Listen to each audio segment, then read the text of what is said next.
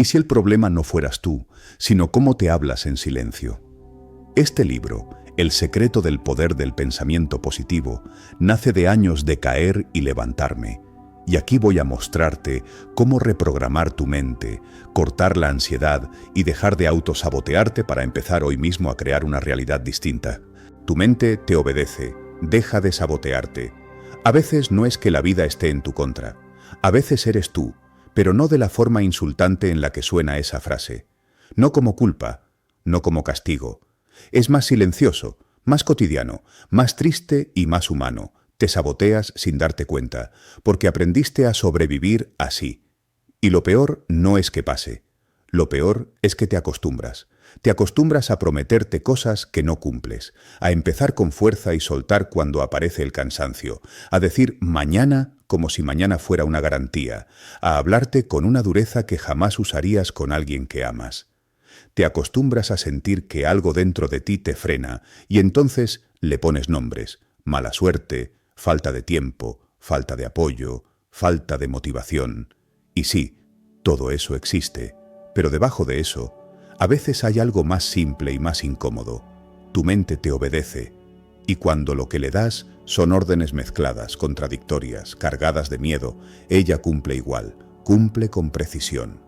Cumple como un empleado que no discute, que ejecuta lo que le pides, aunque lo que le pidas te destruya. Suena duro decir que tu mente te obedece cuando sientes que no puedes controlarla. Hay días en los que la cabeza parece una habitación llena de gente hablando al mismo tiempo. Preocupaciones, recuerdos, anticipaciones, conversaciones que nunca pasaron, escenas que te inventas para prepararte por si te hieren. Y ahí es cuando aparece el sabotaje, no como un monstruo, sino como un hábito. Un hábito mental que se disfraza de ser realista, un hábito emocional que se disfraza de protegerte, un hábito de vida que se disfraza de así soy yo. Piensa en esto, sin drama, sin teatro. ¿Cuántas veces has dicho que quieres algo y al mismo tiempo has alimentado un pensamiento que hace imposible ese algo? Quieres amor, pero te repites que no eres suficiente. Quieres paz, pero te obsesionas con el control. Quieres dinero, pero sientes culpa cuando cobras. Quieres disciplina, pero te hablas como si fueras un caso perdido. Quieres cambiar, pero te aferras a la identidad que te da excusas. Y es aquí donde el pensamiento positivo se vuelve un tema serio, no una frase bonita, porque no se trata de repetir «todo va a salir bien», mientras por dentro estás pidiendo permiso para rendirte. La mente, en el fondo, no entiende tus discursos. Entiende repetición, entiende emoción, entiende lo que practicas sin darte cuenta. Brian Tracy lo dice de distintas maneras cuando habla de hábitos y autosugestión. La repetición forma carácter, y el carácter termina dictando resultados. Pero hay algo que no siempre se dice con suficiente claridad. El sabotaje también es una repetición, y muchas veces está cargado de una emoción antigua. No empieza en la lógica, empieza en una sensación de no merecer, de no poder, de que si te va bien, algo malo va a pasar, de que si te ven, te van a juzgar, de que si destacas, te quedas solo. Aquí entra la parte incómoda. El sabotaje no es pereza, no es falta de ganas. Es un tipo de lealtad inconsciente, lealtad a tu historia, a tus heridas, a tu personaje, a tu forma de protegerte. Y por eso cambiar no se siente como alegría al principio. Cambiar se siente como traición, traición a tu versión anterior, traición a tu familia interna, a tus creencias, a lo que conoces. Por eso, a veces, justo cuando empiezas a mejorar, aparece un impulso raro de arruinarlo todo. No porque seas malo, sino porque tu mente asocia lo desconocido con peligro, y tu sistema emocional prefiere un dolor conocido que un futuro incierto. ¿Te has preguntado alguna vez qué parte de ti se asusta cuando vas a dar un paso hacia adelante? No qué parte se emociona, sino qué parte se asusta. ¿Qué pierde tu versión antigua si tú cambias? ¿Qué excusa se queda sin trabajo? ¿Qué narrativa se rompe? ¿Qué relación podría incomodarse si tú dejas de ser el que siempre pide perdón por existir? El sabotaje, casi siempre, tiene una lógica emocional escondida. Hay quien se sabotea porque si lo intenta en serio y falla, duele más. Entonces se sabotea para poder decir, no lo hice al 100. Hay quien se sabotea porque si le va bien, tendrá que sostenerlo, y el miedo a sostener es más grande que el deseo de lograr. Hay quien se sabotea porque el éxito lo obligaría a verse a sí mismo con respeto, y eso choca con años de autodesprecio. Hay quien se sabotea porque avanzar implica poner límites, y poner límites implica enfrentar conflictos que ha evitado toda la vida. En psicología, muchas veces esto se acerca a lo que la gente llama autosabotaje, o miedo al éxito, o miedo al fracaso. Pero más allá de los nombres, lo esencial es esto: no te saboteas porque te falta algo, te saboteas porque tu mente aprendió que así se sobrevive. Y eso significa que el cambio no empieza con motivación, empieza con honestidad, honestidad sin castigo, honestidad sin teatro. Hay un tipo de pensamiento positivo que no sirve: el que niega la realidad, el que tapa la tristeza, el que obliga a sonreír, el que se convierte en una máscara para no sentir. Ese pensamiento positivo es frágil y se rompe en el primer día difícil. Pero hay otro tipo de pensamiento positivo que sí transforma: el que se basa en respeto interno, el que no niega el miedo, pero decide no obedecerlo, el que reconoce el cansancio, pero no lo usa como sentencia, el que deja de hablarse como enemigo. Joseph Murphy, por ejemplo, insistía en la idea de que el subconsciente acepta lo que se le impresiona de manera repetida, especialmente cuando va acompañado de emoción. No hace falta que creas todo literalmente para extraer algo útil. Si todos los días te impresiones con "no puedo", "siempre me pasa lo mismo", "yo soy así", tu mente no lo toma como opinión, lo toma como instrucción. Y entonces tu cuerpo actúa en coherencia con eso. Procrastinas, evitas, te distraes, eliges mal, te conformas, te justificas.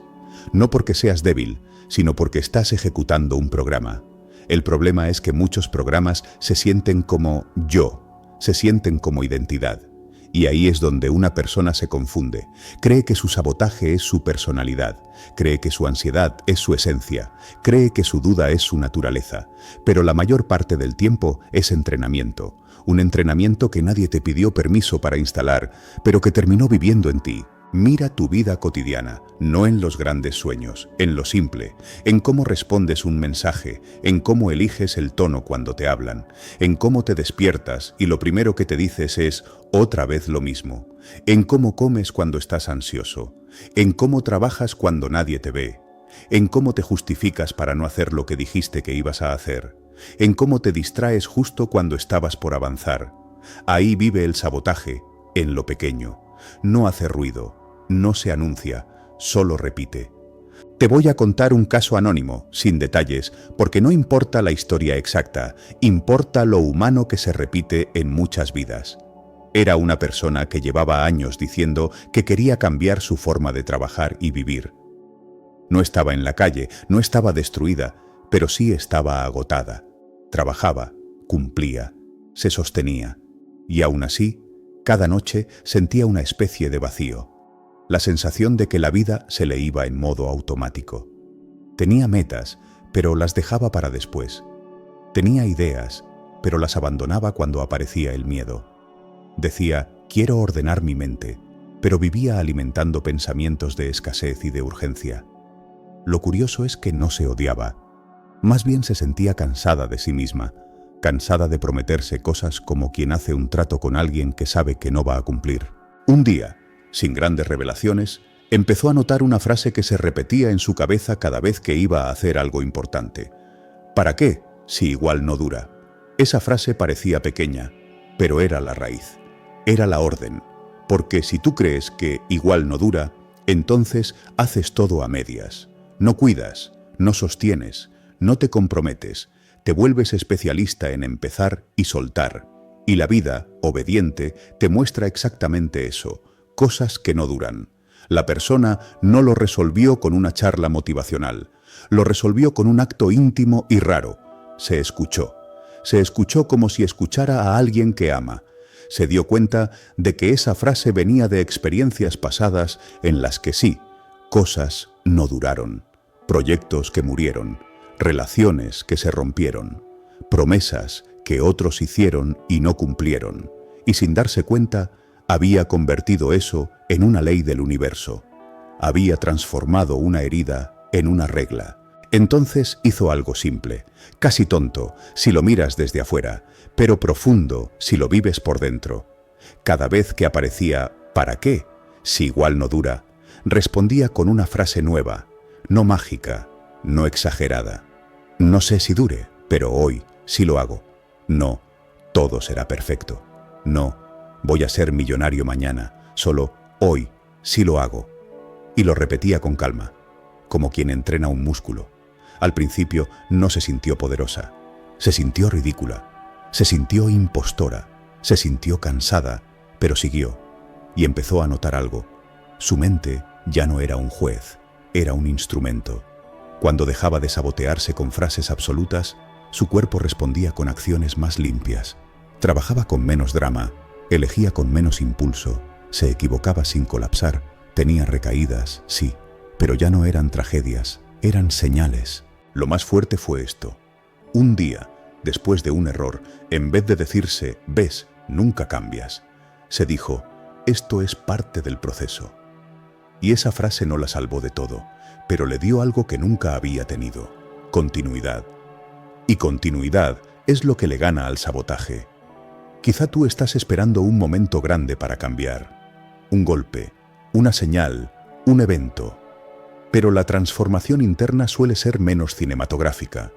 Se parece más a dejar de hablarte mal en la mitad de un día normal, a dejar de castigarte por sentirte cansado, a reconocer un pensamiento oscuro y no alimentarlo, a decirte la verdad sin destruirte. Pregúntate algo ahora, sin prisa. ¿Cuál es la frase que más te repites cuando estás a punto de avanzar? Esa frase que aparece como realismo, pero que en el fondo te encoge. ¿Qué te dices cuando fallas? ¿Te hablas como un entrenador o como un enemigo? ¿Te hablas como alguien que quiere tu bien o como alguien que te quiere controlar? El pensamiento positivo del que hablamos aquí no es una sonrisa forzada, es un cambio de mando. Es pasar de «mi mente me arrastra» a «yo entreno mi mente». Y entrenar no es controlar cada pensamiento.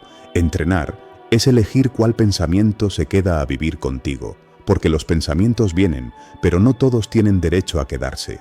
Hay una parte metafísica en esto que no necesita exageración para ser real. Lo que sostienes en la mente, lo sostienes en tu energía. Y lo que sostienes en tu energía, lo sostienes en tus decisiones. Y tus decisiones, repetidas, construyen tu vida. Neville Goddard hablaba de habitar el estado como si ya fueras la versión que quieres ser. Puedes tomar esa idea sin convertirla en fantasía. No se trata de negar tu presente, se trata de practicar la identidad que quieres, incluso cuando no te sale natural. Si quieres ser alguien disciplinado, no esperes sentirte disciplinado para actuar. Actúa como disciplina en lo pequeño. Si quieres ser alguien en paz, no esperes que todo se arregle para elegir una respuesta más tranquila. Si quieres ser alguien que se respeta, empieza por cómo te hablas cuando nadie te escucha. ¿Te das cuenta de lo íntimo que es esto? No es una técnica, es una relación. Es la relación contigo. Y esa relación se ve en lo cotidiano, en el trabajo cuando te equivocas, en una relación cuando te activas y quieres reaccionar, en la rutina cuando te da pereza, en una decisión cuando tienes miedo, en una conversación cuando prefieres callarte por evitar conflicto. La mente te obedece incluso cuando no crees que te obedece. Si te repites, «no tengo tiempo», tu mente encuentra razones para no tener tiempo. Si te repites, «nadie me apoya», tu mente filtra el mundo para confirmar eso. Si te repites, «siempre me pasa lo mismo», tu mente busca patrones para demostrarlo. La pregunta no es si tu mente obedece, la pregunta es, ¿qué órdenes le estás dando sin darte cuenta? Y si esto te incomoda, está bien. No para que te culpes, sino para que despiertes. Porque hay una libertad extraña en aceptar tu parte en tu propia historia. Si tú participas en el problema, también puedes participar en la salida. No controlas todo lo que te pasa, pero sí influyes en cómo lo interpretas, cómo lo repites, cómo lo sostienes. Empieza por algo pequeño, casi invisible. Cuando te descubras saboteándote, no trates de cambiar toda tu vida en ese instante, solo cambia una frase. Una, la más común, la que más daño te hace, la que suena inocente, pero te programa. Y cámbiala por otra que no sea mentira, pero que te dé espacio. En vez de «no puedo», prueba «me cuesta», pero puedo empezar. En vez de soy así, prueba he sido así, pero estoy aprendiendo. En vez de ya dañé todo, prueba esto se puede ajustar. ¿Suena simple?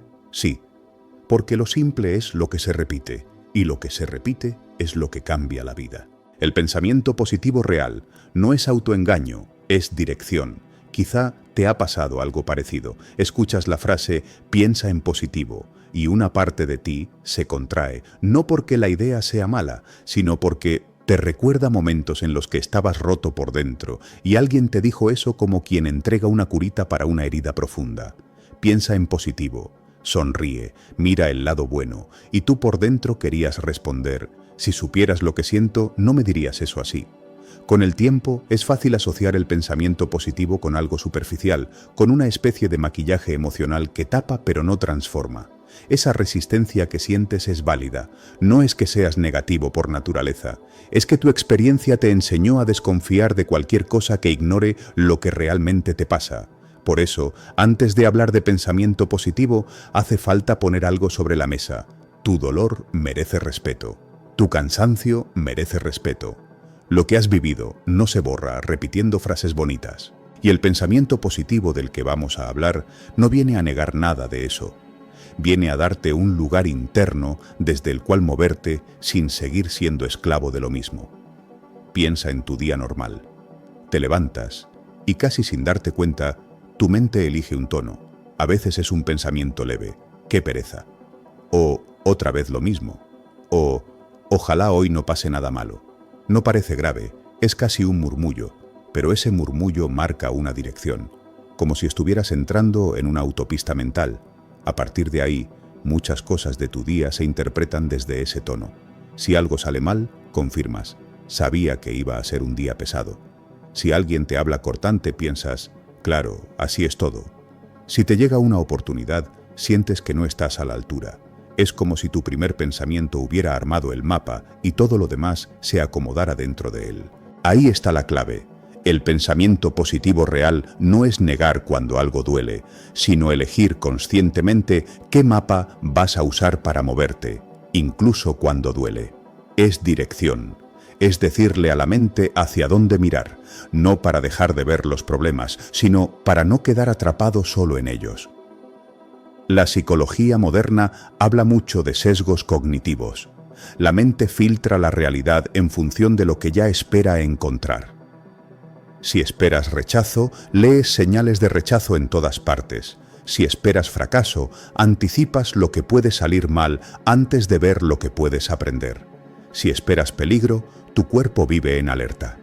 Entonces, el pensamiento positivo no es todo estará perfecto, es voy a decidir qué significado le doy a esto que me pasa y desde ahí, ¿qué hago con ello? Viktor Frankl, psiquiatra que vivió en campos de concentración, no hablaba de pensamiento positivo en el sentido de optimismo ingenuo. Hablaba de sentido, de la capacidad de elegir una actitud interior frente a lo inevitable. No puedes controlar todo lo que ocurre, pero sí puedes dirigir la lectura que haces de lo que ocurre. Cuando esa lectura se orienta hacia el aprendizaje, la dignidad, la posibilidad de crecer, estás usando el pensamiento positivo como dirección. Cuando esa lectura te encierra en esto demuestra que no valgo, que nada cambia, que no tiene sentido intentarlo, estás usando el pensamiento negativo como dirección. En ambos casos, tu mente te obedece. Tal vez ahora mismo estás pensando, sí, suena bien, pero en mi vida real la cosa es más complicada. Y tienes razón, la teoría siempre cabe en pocas frases, pero la vida no. Por eso vale más mirar lo pequeño, lo cotidiano, lo que realmente pasa cuando te enfrentas a lo que no te gusta. En el trabajo, por ejemplo, cuando algo no sale como esperabas, ¿cuál es tu diálogo interno? Te caes encima con frases como siempre hago algo mal, los demás son mejores, esto nunca va a cambiar. O logras, aunque sea con esfuerzo, decirte esto me cuesta, pero puedo aprender a hacerlo mejor. Esto no me define, ¿puedo usar esto como entrenamiento? Lo que te dices no cambia el evento, pero sí te cambia a ti frente al evento. Y esa diferencia, repetida muchas veces, acaba moviendo tu vida en una dirección distinta. En las relaciones pasa algo similar. Imagina una discusión. No una gran pelea, una de esas fricciones de todos los días, un tono que no te gustó, un mensaje no respondido, un silencio incómodo, un pensamiento negativo automático podría ser: ya se cansó de mí, no le importo, siempre termino siendo el que molesta. Ese pensamiento genera emociones específicas: tristeza, rabia, inseguridad, y desde ahí actúas, te cierras, atacas, te victimizas, te alejas. Sin darte cuenta, tu primer pensamiento ya marcó el rumbo de toda la interacción. En cambio, un pensamiento positivo real en esa misma situación no sería: todo está bien, no pasa nada. Sí pasa. Podría ser: esto me movió algo, me dolió, pero en vez de asumir lo peor, voy a intentar entender. Quizá no es personal, puedo expresar lo que siento sin destruir la relación ni destruirme a mí. Ese tipo de pensamiento no niega la incomodidad, pero abre un margen, y ese margen cambia el desenlace. En la rutina también se nota. Cuando estás cansado, la mente se vuelve más vulnerable a los extremos, o al catastrofismo: todo es un desastre, o a la fantasía de escapar: si lo dejo todo, tal vez ahí sí sea feliz. El pensamiento positivo, como dirección, no te pide que ignores tu cansancio. Te invita a preguntarte: ¿qué puedo hacer hoy con la energía que tengo que me acerque un poco más a la vida que quiero, en vez de hundirme solo en lo que no tengo? A veces la respuesta será pequeña, como cuidar una hora de tu día, o respetar tu descanso, o dar un paso mínimo hacia un proyecto. Pero esa elección repetida configura un patrón, y un patrón mental sostenido del lado constructivo tiene más poder que un estallido de motivación de un día. Te comparto ahora la historia de alguien que empezó a entender esto sin grandes discursos. Durante mucho tiempo, esa persona se definía como realista. Miraba a quienes hablaban de pensamiento positivo con cierta distancia, incluso con un poco de ironía. Desde fuera, su vida funcionaba, trabajaba, cumplía, no dependía de nadie. Por dentro, sin embargo, había una especie de gris constante, no una depresión profunda, sino una línea baja, estable de desconfianza hacia la vida. Cada vez que aparecía una oportunidad, su mente reaccionaba con frases como: seguro hay letra pequeña, esto no va a durar, no me voy a ilusionar. Creía que esa actitud la protegía. Pensaba que ser optimista era una forma de ingenuidad. Lo que no veía era el costo invisible de esa postura. En el trabajo, evitaba proponer ideas nuevas por miedo a que las descartaran. En sus relaciones, se mantenía un poco distante, como si siempre esperara el momento en que el otro se iba a ir. En su rutina, postergaba decisiones importantes porque no veía claro el panorama. Desde la psicología, podríamos decir que vivía bajo un sesgo de confirmación negativo. Interpretaba casi todo como prueba de que, en el fondo, no se podía confiar en nada. No lo hacía para hacerse daño, lo hacía porque su historia le había enseñado a estar a la defensiva. El cambio no vino por leer un libro ni por tener una revelación repentina. Llegó en la forma de cansancio. Una noche, después de un día donde todo salió normal, esa persona se dio cuenta de algo raro. Incluso cuando las cosas iban bien, seguía esperando lo peor. Incluso cuando tenía motivos para sentirse agradecida, sentía que era cuestión de tiempo para que algo se rompiera. Esa lucidez incómoda la llevó a hacerse una pregunta que nunca se había hecho en serio. ¿Y si mi forma de pensar ya no me está protegiendo, sino bloqueando? No fue una pregunta teórica, fue un golpe suave, pero profundo. A partir de ahí, empezó un experimento silencioso. En vez de intentar pensar bonito, se propuso otra cosa. Cada vez que apareciera uno de sus pensamientos automáticos de desconfianza, no lo iba a tomar como verdad absoluta. Iba a tratarlo como una hipótesis. Por ejemplo, si surgía «esto seguro sale mal», se detenía un momento y se decía «es solo una opción, no es un hecho». Si aparecía «seguro se va a ir», añadía mentalmente «no lo sé, ya veré qué pasa, y si pasa voy a poder cuidarme». Esa pequeña distancia no era magia, pero empezó a abrir huecos, y en esos huecos se filtró algo que hacía mucho no sentía: posibilidad. Sin darse cuenta, esa persona estaba haciendo lo que muchos autores como Carol Dweck describen cuando hablan de mentalidad de crecimiento. Pasar de «esto define quién soy» a «esto es algo que puedo aprender, ajustar o atravesar».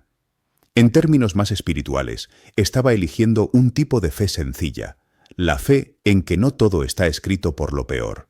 No una fe ingenua que niega los golpes de la vida, sino una fe que acepta los golpes sin convertirlos en ley universal. Lo interesante es que su realidad externa no cambió de inmediato. Seguía teniendo días buenos y días malos, discusiones, tensiones, decisiones difíciles, pero algo en su posición interna sí cambió. Empezó a permitirse soñar un poco más sin ridiculizarse. Dejó de cortar oportunidades antes de explorarlas. Notó que, cuando pensaba, quizá sí es posible, aparecían ideas que antes no veía, caminos que antes no consideraba. Y también vio su sombra con más claridad. ¿Cuántas veces había rechazado cosas buenas solo por no sentirse merecedora o por miedo a encariñarse? Ese registro no la hundió en culpa, la llenó de responsabilidad tranquila. Si su forma de pensar podía cerrarle puertas, también podía empezar a abrirlas. Aquí aparece el matiz que muchas veces se pierde. El pensamiento positivo real no dice «nada malo pasa». Dice «cuando pase algo malo, no voy a usarlo para destruirme a mí mismo». No es un contrato firmado con el universo para evitar el dolor. Es un acuerdo contigo para no interpretarlo siempre desde el mismo lugar de derrota. Es dirección. Dirección hacia la comprensión, hacia el aprendizaje, hacia la coherencia con lo que deseas y no solo con lo que temes. Si miras tu vida ahora, con honestidad, ¿hacia dónde apunta la dirección dominante de tus pensamientos? No tus frases conscientes cuando dices «yo sí creo en mí», sino lo que te dices cuando apagas la luz, cuando fallas, cuando te comparas, cuando el plan se cae. ¿Te hablas como alguien que, aunque se equivoca, cree que puede avanzar? ¿O como alguien que usa cada error para confirmar que no sirve? Es una pregunta incómoda, pero útil, porque si descubres que tus pensamientos apuntan casi siempre hacia la desconfianza, no tienes que odiarte por eso, pero sí puedes empezar a asumir que, sin corregir esa dirección, será muy difícil sostener cambios externos. Desde una visión metafísica, muchos autores como Neville Goddard o Joseph Murphy insisten en que el estado interno crea la experiencia externa. No hace falta aceptar esta idea en un sentido literal y absoluto para reconocer algo. Cuando sostienes durante mucho tiempo una imagen de ti como incapaz, pequeño, víctima, tu comportamiento se adapta a esa imagen. Tomas decisiones más pequeñas, te conformas antes, huyes antes, reclamas menos lo que necesitas, y cuando sostienes con honestidad una imagen de ti como alguien en proceso, digno, capaz de aprender, también se adapta tu conducta, te atreves un poco más, pides un poco más, te cuidas un poco más. No es magia, es coherencia. Corta el diálogo interno tóxico en 3 pasos. Hay días en los que no te destruye lo que pasa fuera, sino lo que te dices por dentro después de que pasa. No es el error, es el «qué idiota eres». No es el silencio de alguien, es el «claro, a nadie le importas». No es el cansancio normal del cuerpo, es el «otra vez no hiciste nada útil». Ese murmullo constante que te acompaña cuando te miras al espejo, cuando cierras el computador, cuando te vas a acostar, tiene más peso del que reconoces. No lo ves, pero lo sientes en el pecho, en la forma en que encoges los hombros sin darte cuenta, en el modo en que te justificas o te disculpas por existir. Y quizá estás tan acostumbrado que a veces ni siquiera te parece tóxico, te parece normal. Te parece ser honesto contigo mismo, te parece hablar claro. Pero si te detienes un momento y escuchas con atención, ¿no sientes que a veces tu honestidad se parece más a maltrato que a claridad? Lo que llamas decirte la verdad. Muchas veces es una colección de frases heredadas, de insultos viejos, de juicios que alguien lanzó sobre ti y que tú terminaste repitiendo en tu propia voz. Y eso cansa. Cansa profundamente. Porque no hay descanso real si la batalla está dentro. Afuera puedes terminar tus tareas, apagar el teléfono, alejarte de conflictos. Pero ¿cómo te alejas de ti cuando la guerra está en tu cabeza? Lo que quiero proponerte aquí no es que te conviertas en alguien que solo se dice cosas bonitas. No se trata de negar cuando te equivocas, ni de maquillar tus partes más difíciles. Se trata de algo más serio y más amoroso. Asumir que tu diálogo interno puede enfermarte o puede sostenerte y que es tu responsabilidad adulta aprender a cortarlo cuando cruza ciertas líneas. Cortarlo de verdad, no solo distraerte, cortarlo como quien baja el volumen de una radio que se dejó encendida años sin revisar qué estaba sonando. Y hacerlo de una forma concreta, humana, imperfecta, pero practicable. Llámalo 3 pasos, 3 gestos internos, 3 movimientos de conciencia. El nombre da igual. Lo importante es que no se quede en una idea bonita, sino que puedas llevarlo a tu día a día, a ese momento exacto en el que una frase corrosiva aparece en tu mente con la misma naturalidad con la que respiras. El primer movimiento no es luchar, es ver. Parece poco, pero es probablemente lo que menos hacemos. Estamos tan fusionados con lo que pensamos que ni siquiera decimos «tengo el pensamiento de que soy un fracaso», sino «soy un fracaso». Y no es lo mismo. En psicología se habla de fusión cognitiva para describir esa mezcla donde tú y lo que piensas se vuelven una sola cosa. La espiritualidad, por su parte, lleva siglos diciendo que tú no eres la voz en tu cabeza, sino el que escucha. Pero más allá de los conceptos, míralo en lo cotidiano. La próxima vez que te salga un «siempre la embarras», eres capaz de darte cuenta en ese mismo instante de que eso es una frase, no una ley. Eres capaz de escucharla como si saliera de alguien más y no de tu esencia. Ese es el primer corte, silencioso pero profundo. Poner un poco de distancia entre tú y la frase. No cambiarla todavía, no discutir, solo verla como algo que aparece, como una nube, no como el cielo. Puede sonar filosófico, pero es muy práctico, porque en cuanto la ves como algo que aparece, ya no estás totalmente atrapado. Tienes, aunque sea, 1 centímetro de libertad. Y con 1 centímetro basta para empezar. El segundo movimiento es cuestionar sin odio. Ahí es donde solemos caer en extremos. O creemos ciegamente todo lo que pensamos o intentamos aplastar el pensamiento tóxico con frases positivas que no sentimos reales. Ninguno de los dos extremos funciona. Lo que sí funciona, poco a poco, es preguntarle a esa voz de dónde viene y qué está intentando hacer, aunque lo haga de manera torpe. Por ejemplo, si te dices «no sirves para nada», podrías preguntarte ¿de verdad es cierto que no sirves para nada, en ningún área de tu vida, en ninguna relación? Si alguien a quien quieres te hablara así, dirías que está siendo juste o que está exagerando. ¿Desde cuándo te hablas así? ¿En qué momento aprendiste que la manera de mejorar era insultarte? Aaron Beck, uno de los padres de la terapia cognitiva, descubrió que muchos estados de ánimo dolorosos están sostenidos por pensamientos automáticos que jamás se cuestionan, simplemente se asumen. El simple hecho de interrogar esos pensamientos con curiosidad, no con violencia, empieza a aflojarlos. No desaparecen de inmediato, pero pierden parte de su poder hipnótico. Y aquí es importante algo. Tu diálogo interno tóxico casi nunca viene solo a destruir por destruir. Muchas veces intenta, de forma torpe, protegerte. La voz que te dice «no lo intentes, no eres capaz», a veces está tratando de evitarte el dolor de un posible fracaso. La voz que te dice «sin esa persona no vales», quizá aprendió que tu valor venía del reconocimiento ajeno. No se trata de justificarla, sino de comprender que su intención original no era destruirte, sino cuidarte según lo que sabía. Cuando ves eso, ya no necesitas odiar tu voz interna. Puedes educarla. El tercer movimiento es dirigir, no adornar. Y aquí volvemos a lo que hablamos en el capítulo anterior. El pensamiento positivo real como dirección. Una vez que viste el pensamiento y lo cuestionaste, hace falta ofrecerle a tu mente una alternativa. Algo que pueda empezar a repetir para construir un camino nuevo. No se trata de pasar de no sirvo para nada a soy perfecto y extraordinario, si por dentro sientes que eso es mentira. Demasiada distancia genera rechazo.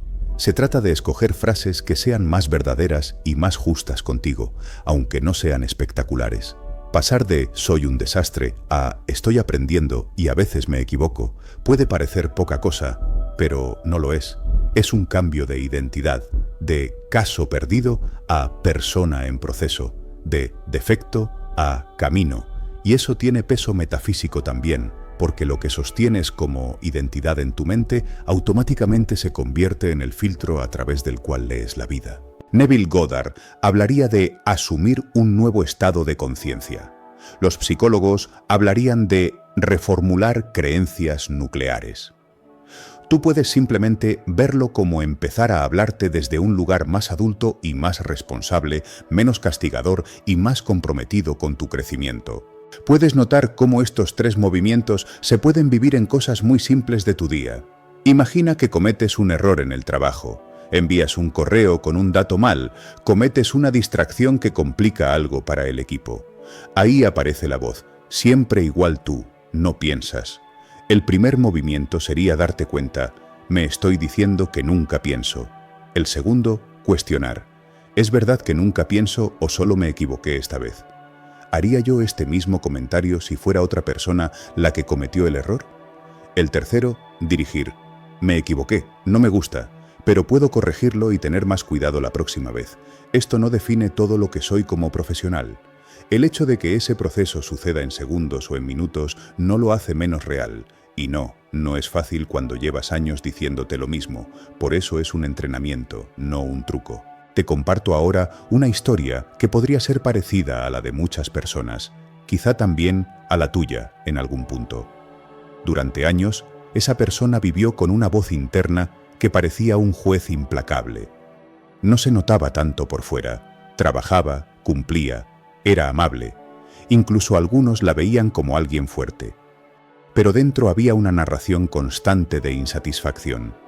Si lograba algo, enseguida pensaba, pudiste hacerlo mejor.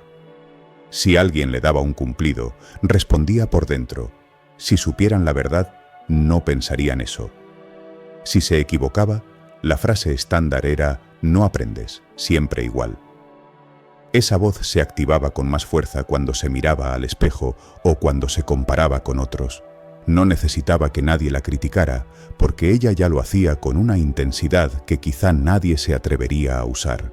Un día no hubo una gran crisis, sino una acumulación.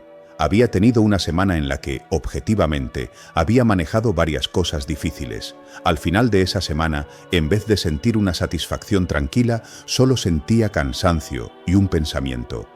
No fue suficiente. Esa frase la golpeó distinto. Se dio cuenta de que no importaba cuánto hiciera, la vara se movía. Nunca era suficiente. Y en ese nunca había algo inhumano. Algo que no venía de una búsqueda sana de mejora, sino de un trato injusto hacia sí misma.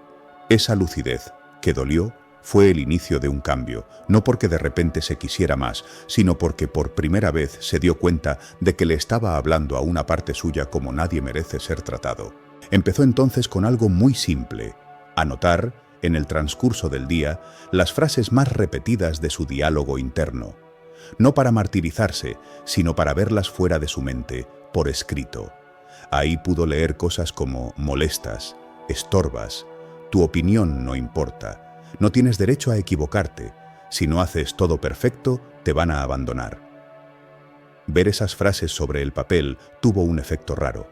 Por un lado, le dio vergüenza admitir que eso era lo que se decía. Por otro, sintió compasión por la persona que estaba detrás de esos juicios, ella misma. De alguna manera, pudo separar por un momento a la voz que juzgaba de la persona juzgada y se preguntó, con honestidad, si un niño me dijera que se habla así todos los días, ¿de verdad le diría que eso es ser exigente, que eso es ser responsable, que eso es normal? La respuesta fue no, claramente no. Con esa distancia empezó a aplicar los 3 movimientos. Primero, cada vez que aparecía una de esas frases, la nombraba. Ahí está otra vez el pensamiento de no soy suficiente. Solo eso. Nombrarlo. Luego lo cuestionaba. No soy suficiente ¿para qué? ¿Según quién? ¿En comparación con quién? ¿Qué evidencia tengo de que siempre ha sido así? No era un interrogatorio agresivo, era más bien abrirle huecos a lo absoluto del juicio. Y por último, proponía algo distinto. Ahora mismo estoy haciendo lo que sé hacer con lo que tengo, puedo mejorar, pero no necesito insultarme para crecer. Esa última parte al principio se sentía falsa, le sonaba blanda, complaciente, pero decidió darle una oportunidad, porque lo otro ya lo había probado durante años y la estaba agotando. Con el tiempo, sin que fuera un proceso perfecto, empezó a notar cambios concretos. Dejó de pedir perdón por todo constantemente. Se permitió decir no en situaciones en las que antes se traicionaba. Aceptó un par de oportunidades que antes habría rechazado por miedo a no estar a la altura. No porque de repente se creyera lo máximo, sino porque su diálogo interno ya no la tiraba al piso cada vez que daba un paso. Y algo más profundo ocurrió. La energía que antes gastaba en pelear consigo misma empezó a liberarse para otras cosas, para descansar sin culpa, para disfrutar pequeños momentos sin estar pensando en todo lo pendiente, para mirar su vida con un poco más de ternura. Quizá te preguntes si en tu caso se puede hacer algo así. Y la respuesta honesta es que no existe un camino único, pero sí hay una pregunta que puede abrir mucho. Si alguien pudiera escuchar cómo te hablas durante un día entero, diría que estás conviviendo con un aliado o con un agresor. Y si la respuesta te duele, ¿qué pequeña frase de ese agresor estás dispuesto a dejar de tomar como verdad absoluta desde hoy? No todas, una, la más repetida, la que más se parece a una sentencia, la que más has confundido con así soy yo. Desde una mirada metafísica, el diálogo interno es una vibración que sostienes, una frecuencia en la que tu mente se acostumbra a moverse.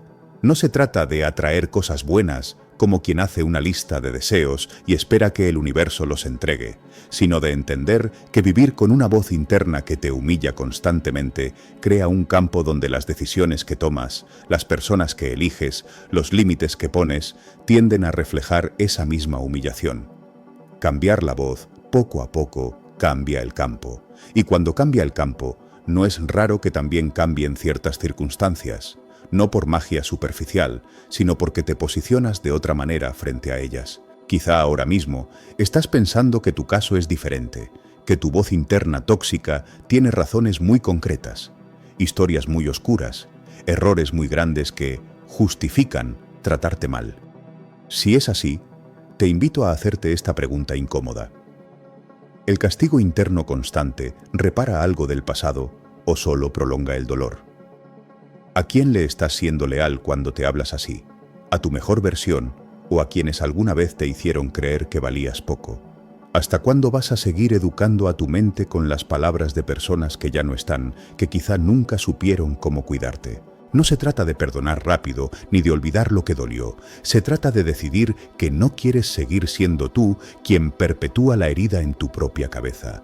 Al final del día, el diálogo interno tóxico es una cadena que ya no necesita un carcelero externo. Tú mismo te repites la condena. Y reconocerlo, lejos de culparte, puede ser el inicio de algo más suave. Darte cuenta de que también puedes ser tú quien empiece a abrir la puerta, aunque al principio te tiemble la mano. Reprogramación diaria. Lo que repites se vuelve destino. Hay una escena que se repite en muchas vidas y quizá también en la tuya. Suena la alarma, la apagas casi sin abrir los ojos y antes de poner un pie en el piso ya empezó algo mucho más poderoso que el café o que el cansancio, el guión que repites cada día en tu cabeza. A veces es sutil, un «qué pereza otra vez», un «ojalá no pase nada malo hoy», un «tengo demasiado por hacer, no voy a alcanzar». Otras veces es más crudo, no avanzas en nada. Tu vida es un desorden, eres un fraude. Lo interesante es que ese diálogo no se queda en el aire, no es inocente, no desaparece cuando te bañas o sales de casa, se va contigo, se mete en tu forma de trabajar, en cómo miras a los demás, en el modo en que aceptas o no aceptas oportunidades, en la manera en la que pides ayuda o te la niegas. Sin darte cuenta, cada mañana retomas una historia que te vienes contando hace años, y esa historia, con sus frases repetidas, acaba convirtiéndose en una especie de destino emocional, una ruta por la que sueles transitar sin preguntarte si de verdad es la única. Cuando se habla de reprogramación diaria, es fácil imaginar algo casi mecánico, repetir frases frente al espejo, escribir afirmaciones en un cuaderno, escuchar audios por la noche. Esos recursos pueden ayudar, pero la esencia va más allá del ritual externo. Es más simple y más radical. Reprogramar es asumir que lo que repites se queda, y que lo que se queda acaba guiando tus elecciones, y que tus elecciones acumuladas construyen tu vida. No es magia barata, es coherencia. Por eso autores como Brian Tracy insisten tanto en la importancia del diálogo interno habitual, y Joseph Murphy hablaba del subconsciente como un terreno que recibe impresiones constantes. No hace falta creer literalmente que cada frase crea de inmediato la realidad, pero sí reconocer algo muy concreto. Si todos los días te dices que no puedes, en todas tus decisiones habrá una sombra de «no puedo», y esa sombra pesa. Mira un día cualquiera de tu vida, pero míralo con honestidad, no como deberías vivirlo, sino como en verdad lo vives. ¿Qué es lo que más se repite en tus pensamientos? Que no tienes tiempo, que nadie te entiende, que siempre te toca lo más difícil, que estás solo, que ya es tarde para ti, que así es la vida y punto. No necesitas juzgar esas frases todavía, solo verlas.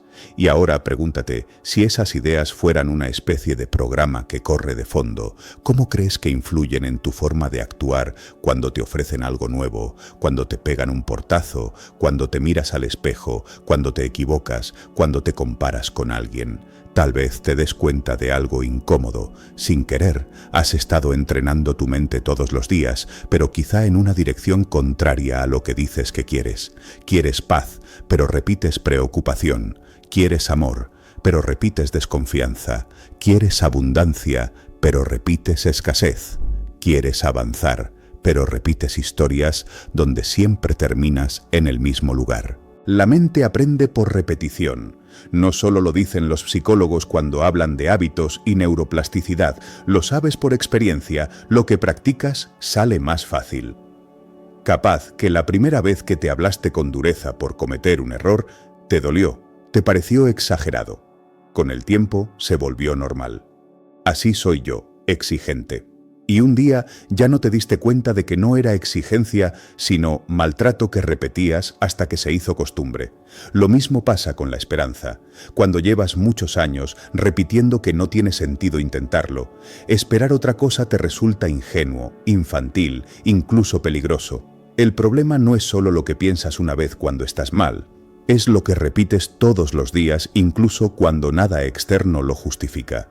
Ahí es donde la repetición crea destino. No porque algo místico te castigue, sino porque la energía diaria con la que miras, tomas decisiones y respondes, termina siendo casi siempre la misma, por más que cambien las situaciones externas. Quiero contarte una historia sencilla, pero real en su esencia, porque refleja cómo esta reprogramación diaria no se da en retiros espirituales, sino entre despertadores, trabajo y cansancio. Durante muchos años, esa persona se definía como alguien que lo deja todo a medias. Lo decía en broma, pero en el fondo le dolía. Había empezado cursos, proyectos, relaciones, cambios de hábitos, y casi siempre después de una etapa de entusiasmo se desinflaba. Tenía una frase favorita para resumirlo: yo no termino nada. Al principio sonaba como autoironía, luego se convirtió en etiqueta, luego en identidad. Y cuando algo se vuelve identidad, las acciones empiezan a girar alrededor de eso. Cada vez que surgía la oportunidad de tomar una responsabilidad mayor, en el trabajo o en la vida personal, aparecía el mismo pensamiento automático: ¿para qué? Si yo siempre abandono. Y desde ahí, sin analizar demasiado, decía que no o se saboteaba hasta perder la oportunidad. Un día, en una conversación tranquila consigo misma, esa persona se dio cuenta de algo que nunca había mirado con calma. La frase «no termino nada» era una especie de orden que se daba a diario. Sin querer, la repetía como una oración, como un rezo al revés. Y la vida, obediente, aunque no mágica, le devolvía experiencias que confirmaban esa verdad. No porque estuviera escrito en las estrellas, sino porque, en cuanto aparecía el cansancio natural de cualquier proceso, ella ya tenía lista una salida. Claro, si yo nunca termino nada, esa frase justificaba abandonar. Una parte de ella empezó a preguntarse, ¿y si no fuera una verdad absoluta, sino una repetición que me he creído? ¿Y si hubiese cosas que sí he sostenido, pero las invisibilizo porque no encajan con la historia que cuento de mí? Esa fisura en el guión fue el inicio. No cambió de golpe. Empezó con algo casi ridículo si lo miras desde fuera, pero muy valiente por dentro. Dejó de repetir «yo no termino nada». No la cambió por soy la persona más constante del mundo, porque sentía que era una mentira enorme. Empezó por algo intermedio. Muchas veces he abandonado cosas, pero estoy aprendiendo a sostener lo que importa. Lo escribió en una nota y la puso cerca de la cama, no para idealizarse, sino para que esa frase estuviera en el mismo lugar donde antes nacía el guión de siempre, al despertarse. Durante semanas no sintió cambios espectaculares. Solo se repetía eso cada mañana y cada vez que aparecía el viejo «yo no termino nada». A veces con fe, a veces con incredulidad, a veces simplemente por inercia. Lo interesante vino después, cuando apareció una situación concreta para poner a prueba esa nueva programación.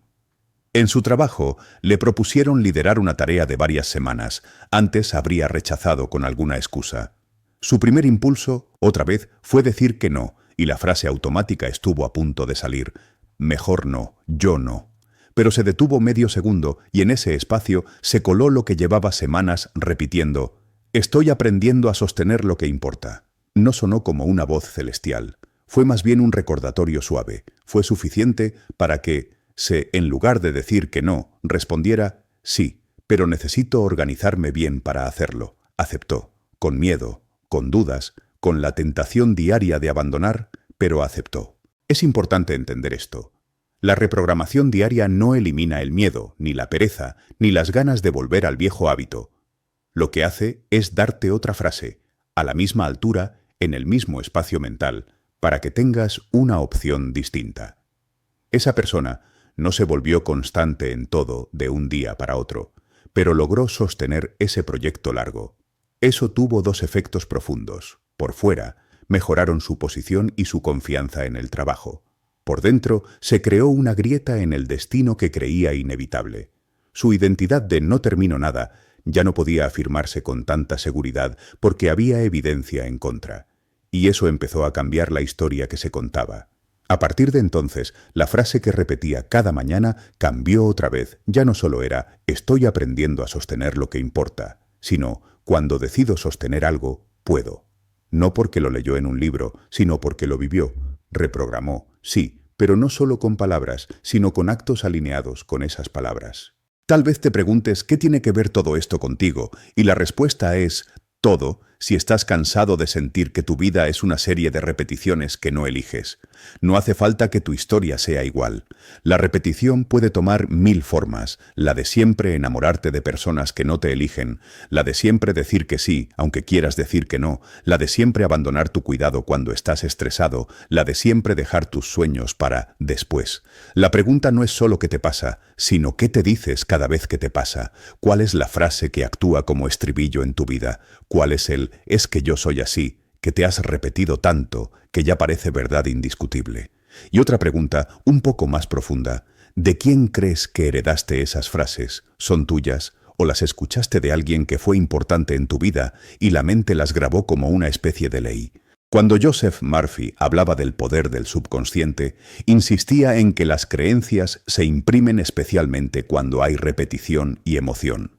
Es decir, no solo lo que piensas muchas veces, sino lo que piensas cargado de miedo, de culpa o de deseo intenso. Eso se queda más hondo. Luego, vives desde ahí, aunque ya no recuerdes cuándo se instaló. Si conectas eso con lo que sabemos hoy sobre hábitos mentales, la conclusión es parecida.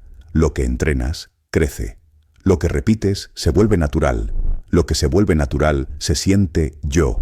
Y lo que se siente yo, termina guiando tu destino, porque tomas decisiones que confirman esa versión de ti. Por eso reprogramar no es borrarte, es depurar, es preguntarte con honestidad: ¿qué cosas repito sobre mí, los demás o la vida que ya no quiero que definan lo que viene? ¿Qué frases merecen retirarse porque fueron útiles en algún momento, pero ahora me limitan? Aquí entra la parte práctica, pero íntima. La reprogramación diaria no sucede en grandes escenas, sucede en gestos pequeños y constantes. Cuando te miras al espejo, por ejemplo, ¿qué es lo primero que te dices? Algo como «qué mal te ves», «estás envejeciendo», «nunca vas a gustar así». O algo más justo, como «estás cansado, pero estás aquí, sigues intentando, puedes cuidarte mejor hoy».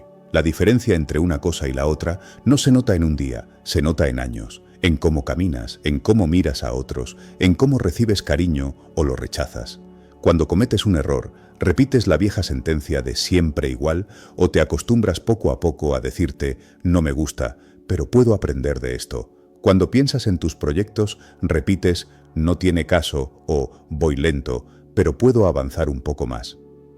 Cada una de esas pequeñas repeticiones son como golpes de martillo en una escultura invisible que estás tallando todos los días, tu destino psicológico y espiritual. A veces, la resistencia viene de una idea equivocada. Creemos que si dejamos de repetir historias duras sobre nosotros, nos vamos a volver cómodos, perezosos, conformistas, que la autocrítica severa nos mantiene en movimiento. Sin embargo, si miras con sinceridad, ¿de verdad te ha funcionado? ¿Ese trato interno tan rudo te ha llevado a una vida más plena o más bien te ha dejado con logros que no disfrutas y con una sensación constante de no estar a la altura? Tal vez sea hora de cambiar el tipo de fuerza con la que te tratas, menos látigo, más disciplina amable. Porque la reprogramación diaria no se basa en engañarte diciéndote que todo está perfecto. Se basa en entrenar una voz interna que te exija sin destruirte, que te recuerde tu responsabilidad sin arrancarte la dignidad. Desde una mirada metafísica hay algo muy profundo en esto. Lo que repites sobre ti en silencio es una especie de oración continua. Es el mantra real que sostienes, aunque nunca hayas hecho meditación formal. Si repites, no hay para mí, es una oración. Si repites, todos se van, es una oración. Si repites, nunca cambio, es una oración. No porque alguien allá afuera te esté escuchando para castigarte o premiarte, sino porque tú, más que nadie, estás escuchando todo el tiempo. Y como decía Neville Goddard cuando hablaba del estado asumido, acabas viviendo aquello que aceptas como verdad íntima, mucho más que lo que dices querer conscientemente. Por eso, la reprogramación diaria tiene un matiz sagrado, aunque no uses ese lenguaje. Es el acto de cuidar que dejas entrar y quedarse en tu mente, que conviertes en repetición y que tienes el valor de dejar de alimentar emoción. Plus pensamiento, la fórmula que crea tu nueva realidad.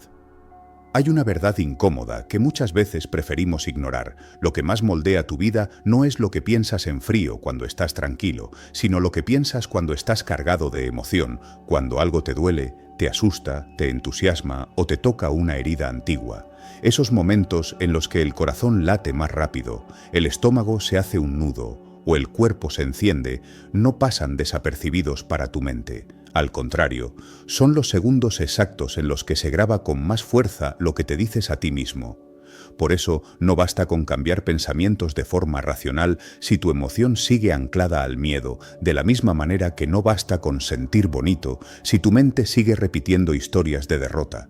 La combinación de ambos, emoción y pensamiento, es la que realmente empieza a construir otra experiencia interna y con el tiempo otra forma de vivir por fuera. No hace falta que creas en fórmulas mágicas ni en promesas extremas para notar esto en tu día a día.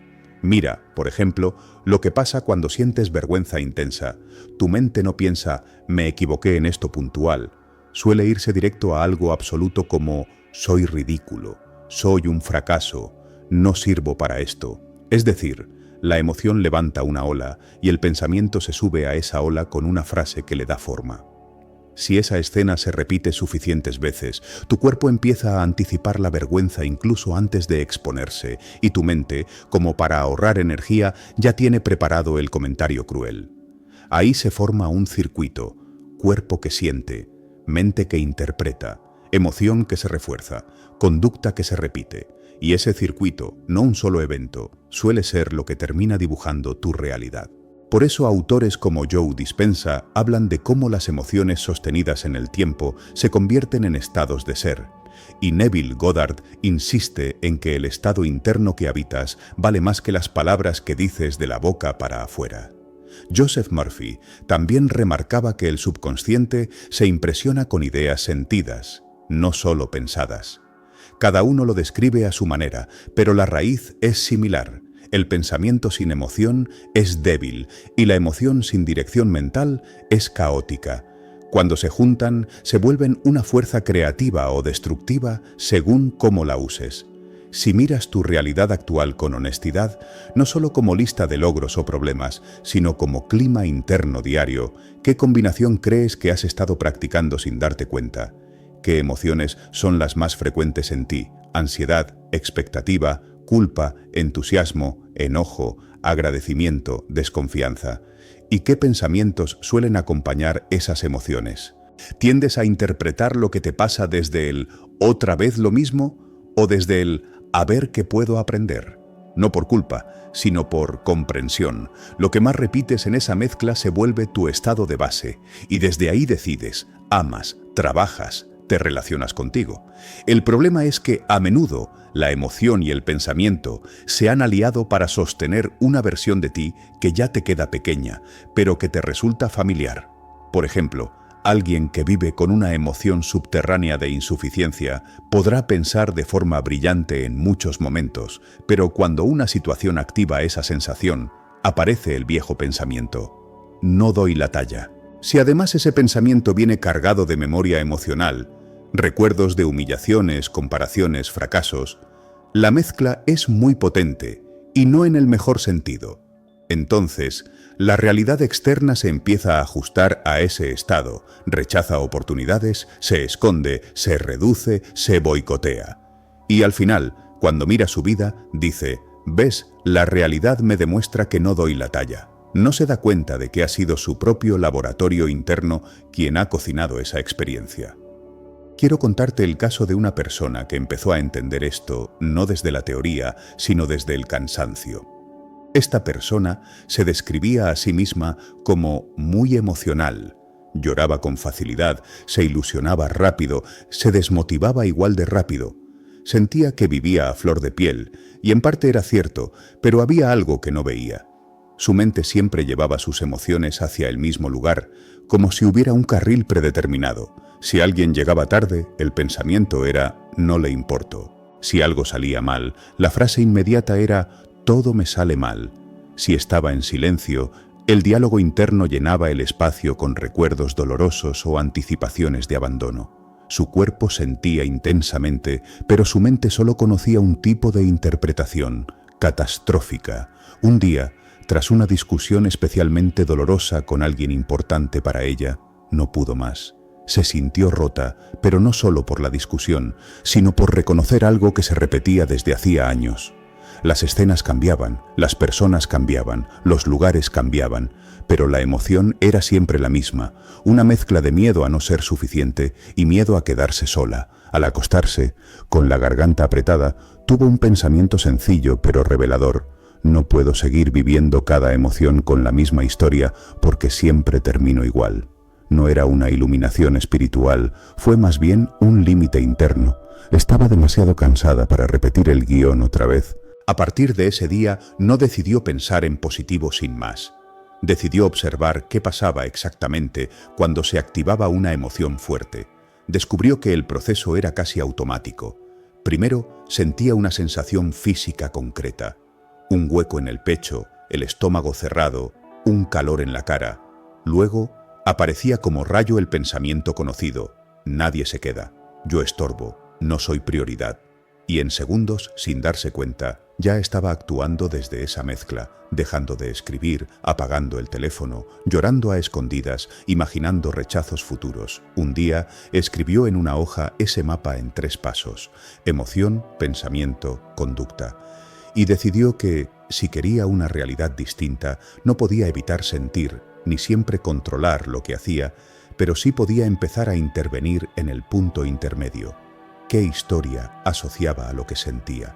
La próxima vez que sintió ese nudo en el pecho, en vez de dejarse arrastrar sin más, nombró la emoción: estoy triste y tengo miedo de quedarme sola. Solo eso, y luego se obligó a hacer una pregunta incómoda: ¿qué historia estoy a punto de contarme si no hago nada? La respuesta surgió sola: que no valgo lo suficiente, que siempre me dejan, que es mi culpa. Se quedó mirando esas frases, como si no fueran suyas, preguntándose cuánto de verdad había en ellas y cuánto era costumbre.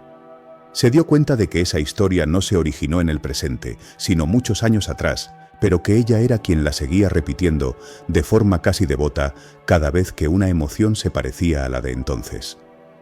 No fue fácil romper el circuito, estaba demasiado entrenado, pero empezó a hacer algo pequeño. En lugar de alimentar de inmediato el viejo pensamiento, probaba a ofrecerse una frase alternativa, no hiperpositiva, pero sí más justa. Por ejemplo, me duele lo que pasó, pero no significa que no valga. Estoy sintiendo miedo, pero no tengo pruebas de que todos se van a ir. Puedo hablar de lo que siento en lugar de encerrarme. Lo hacía mientras seguía llorando, mientras el corazón le latía fuerte. No esperaba a estar calmada, porque ahí está uno de los puntos clave de este capítulo. La fórmula emoción plus pensamiento funciona en los dos sentidos. Si esperas a estar perfecto para pensar distinto, nunca cambias el programa, porque la emoción intensa llega primero y arrastra. Hace falta meter un pensamiento nuevo dentro de la emoción, no después, como quien lanza una cuerda en medio de la tormenta, aunque la mano te tiemble. Con el tiempo, esas frases alternativas comenzaron a crear sensaciones diferentes. No desapareció la tristeza, pero se mezcló con algo nuevo, una pequeña sensación de acompañarse a sí misma. En lugar de hundirse por completo en la vieja identidad de «soy desechable», empezó a sentirse como alguien que atravesaba un dolor, pero que no se abandonaba. Puede parecer sutil, pero es un cambio enorme.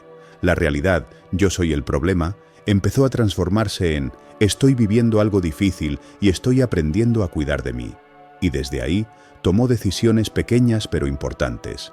Pidió aclarar conversaciones en lugar de asumir lo peor, expresó límites que antes callaba, se dio espacios de descanso sin castigarse tanto.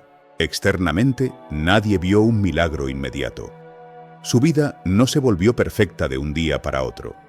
Pero internamente, la mezcla de emoción y pensamiento iba cambiando de tono. Y eso, con el tiempo, se reflejó afuera. Eligió relaciones más sanas, aceptó oportunidades que antes habría rechazado por miedo, se permitió disfrutar momentos sin estar anticipando siempre el final. Era la misma persona, con los mismos recuerdos, pero con una fórmula interna distinta. ¿Y tú, cómo mezclas tu emoción con tu pensamiento cuando algo te golpea? ¿Qué te dices cuando estás muy asustado, cuando sientes mucha rabia, cuando algo te sale bien de verdad, cuando te comparas con alguien? ¿Notas que tiendes a arruinar la alegría con pensamientos de culpa o de miedo? ¿Notas que cuando sientes frustración, tu mente corre directo a historias de «nunca voy a poder»? ¿Qué pasaría si en esos mismos momentos, en lugar de creerte al 100% la primera frase que aparece, introdujeras otra, apenas un poco más amorosa, apenas un poco más responsable contigo? La psicología nos dice que las emociones son mensajeras, no son enemigas, son señales. Si las ignoras, se intensifican. Si las ahogas, se deforman. Si las escuchas con un pensamiento limpio, se vuelven información útil. Te muestran dónde te duele, dónde deseas algo, dónde necesitas poner límites o cambiar hábitos. Lo que suele complicarlo todo no es la emoción en sí, sino la historia con la que la etiquetas. Como cuando sientes ansiedad y tu mente decide que eso significa «no valgo», en lugar de entender que quizá significa «estoy sobrecargado» o «estoy viviendo algo que no sé manejar todavía». La metafísica da otro ángulo a esto, enseña que cada emoción sostenida y el pensamiento que la acompaña generan un tipo de energía, una frecuencia. Con independencia de si lo ves como algo místico o como una metáfora, es fácil notarlo en lo cotidiano. Las personas que viven constantemente en queja, culpa y resentimiento suelen interpretar cualquier situación desde ese prisma y a su vez atraen o crean dinámicas donde esa energía se confirma. Las personas que, con esfuerzo, aprenden a sentir sus emociones sin quedar atrapadas en historias de víctima, empiezan a radiar otra presencia, se relacionan distinto y la vida les responde de forma menos hostil. No es que no les pasen cosas difíciles, es que ya no las filtran siempre desde lo peor de sí mismos. Entonces, la pregunta que vale hacerse no es ¿cómo elimino mis emociones negativas? Porque eso no es posible ni sano, sino ¿qué pensamientos quiero empezar a practicar para acompañar de otra manera lo que siento? Si estás triste, prefieres acompañar esa tristeza con «así seré siempre, es mi destino» o con «estoy pasando por un periodo duro, pero no se reduce toda mi vida a esto». Si sientes miedo, ¿quieres sumarle «no sirvo para nada»? O estar asustado no significa que no pueda avanzar, solo que necesito ir con más cuidado. Si algo te sale bien, vas a mezclar esa alegría con «seguro dura poco» o con agradezco esto y me permito disfrutarlo sin culpa. Esas mezclas, insisto, se repiten, y lo que se repite es lo que termina creando la sensación de así es mi vida. Tal vez te parezca que este enfoque es demasiado simple para problemas complejos, pero mira los días en los que más atrapado te has sentido. ¿No es cierto que hubo una emoción intensa y una narración muy concreta que se repetía una y otra vez?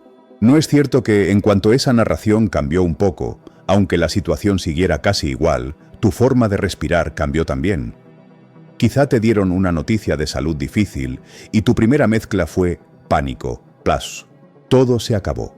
Con el tiempo, cuando pudiste sostener otra frase como no sé cómo va a salir esto, pero voy a hacer lo que esté en mi mano y voy a buscar apoyo, la realidad externa no se transformó de inmediato, pero tu experiencia dejó de ser un agujero negro continuo. Seguía habiendo miedo, pero la historia ya no era solo destrucción, también había una dirección, y aquí aparece algo crucial, la fórmula emoción. Pulse, pensamiento, no solo crea sufrimiento, también puede crear propósito. Piensa en un momento de tu vida en el que sentiste una combinación intensa de dolor e idea clara, de rabia e intención, de amor y decisión.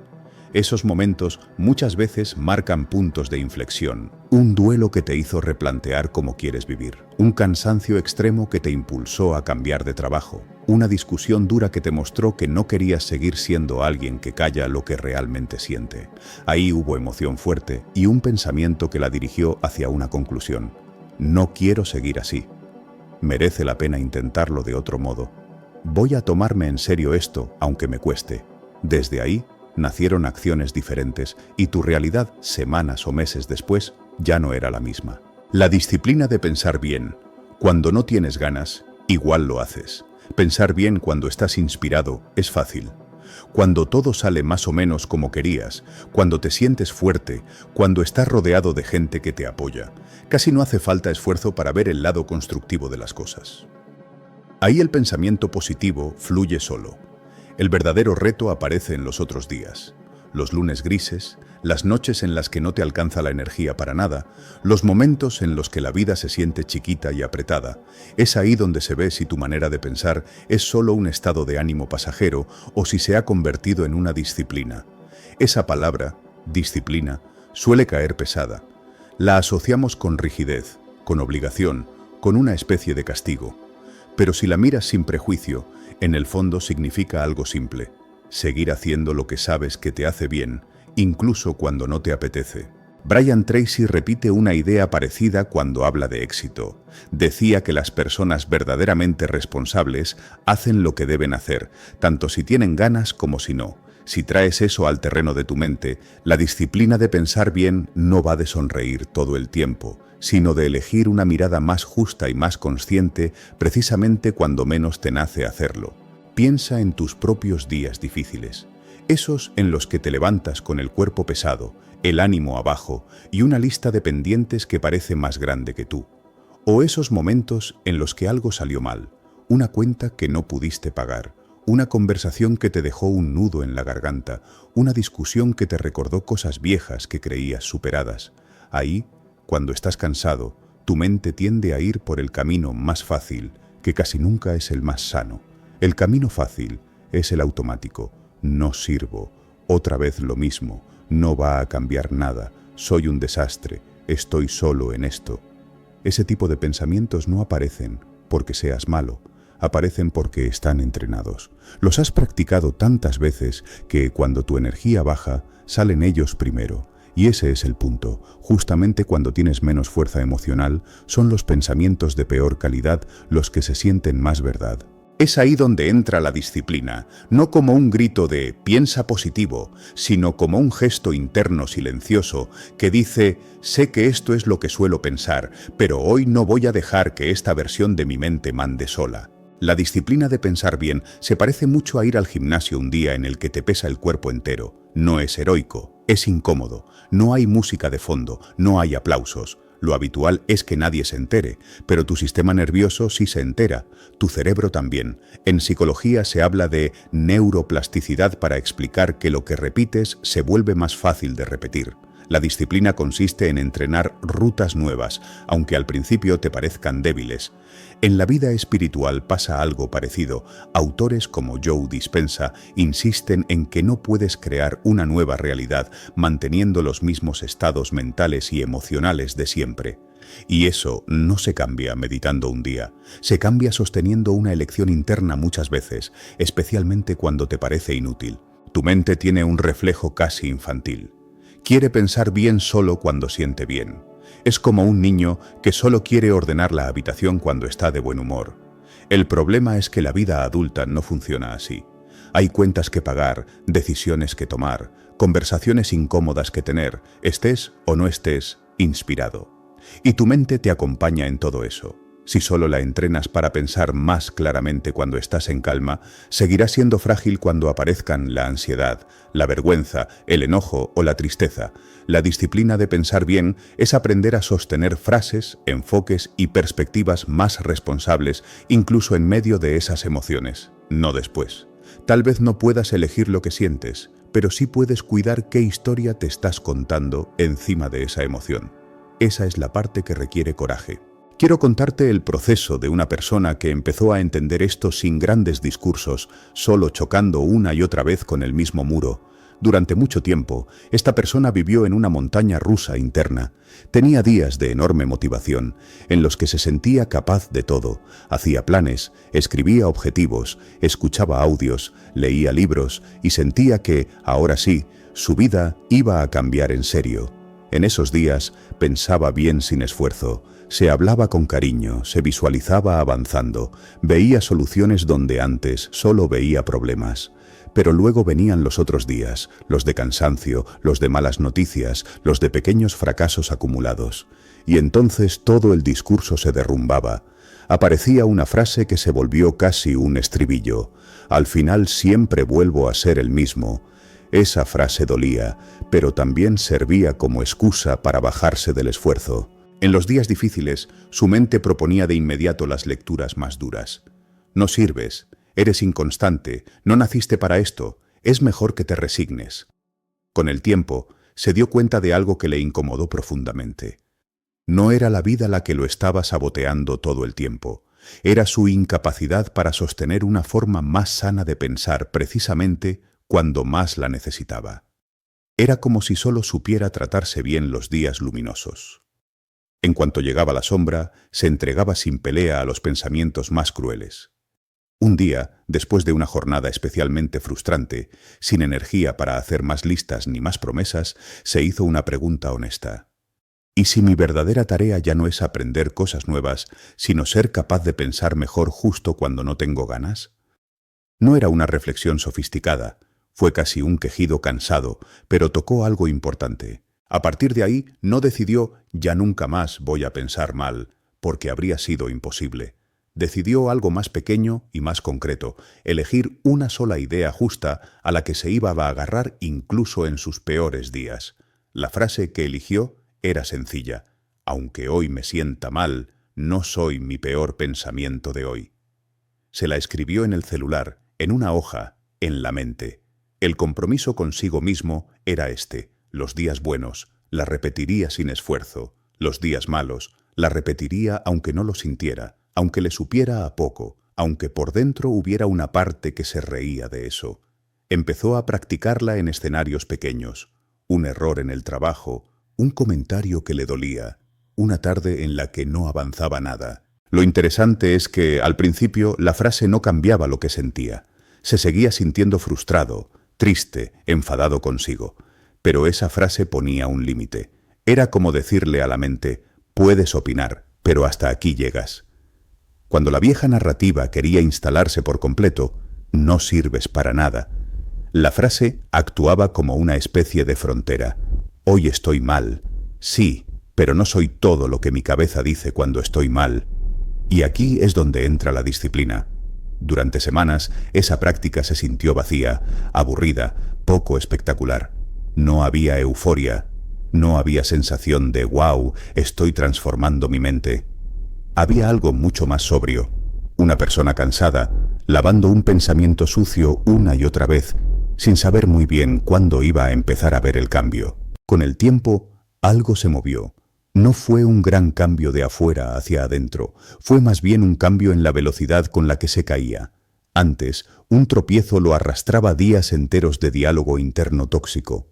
Ahora, el mismo tropiezo seguía doliendo, pero el tiempo de caída se acortaba. Podía estar una hora pensando de manera dura y de repente la frase aprendida aparecía casi sola. No soy mi peor pensamiento de hoy. Eso abría un pequeño espacio. En ese espacio entraba una segunda idea. ¿Qué sería pensar bien en este momento sin mentirme? A veces la respuesta era recordar que he manejado cosas peores. Otras era buscar ayuda. Otras era simplemente no decirme nada más cruel de lo que ya me he dicho. En paralelo, empezó a entrenar otra forma de disciplina, decidir de antemano cómo quería pensar en determinadas situaciones, no improvisar siempre. Por ejemplo, sabía que los lunes por la mañana solían activarse pensamientos de pesimismo, así que eligió una frase de base para esos ratos. Hoy no voy a predecir el fracaso antes de que el día empiece. No era una promesa de que todo iba a salir perfecto, era una decisión de no maltratar el día antes de vivirlo. Los primeros lunes se le olvidaba. Luego empezó a acordarse algunas veces. Después era casi automático. Sonaba la alarma, el cuerpo se quejaba y la mente, entrenada, lanzaba esa frase antes de empezar a contar problemas. Si miras este proceso desde fuera, puede parecer insignificante, pero desde dentro es otra historia. Ese tipo de disciplina va acumulando respeto propio. Porque cada vez que eres capaz de pensar un poco mejor cuando menos te nace, le demuestras a esa parte de ti que siempre se sintió débil que no lo es tanto. Te pruebas que no estás completamente a merced de tu estado de ánimo. Eso no elimina el cansancio, pero sí te recuerda que no eres esclavo de él. Quizá tú te preguntas si de verdad es posible disciplinar la mente, sobre todo cuando la has sentido como un caballo desbocado. Tal vez pienses en todas las veces que has intentado cambiar y has terminado volviendo a lo de siempre. Y esa memoria te dice que hablar de disciplina es ingenuo. Si te pasa eso, te propongo algo. No pienses en cambiar todo tu estilo de pensamiento de golpe. Piensa en un contexto específico en el que te gustaría ser más disciplinado mentalmente.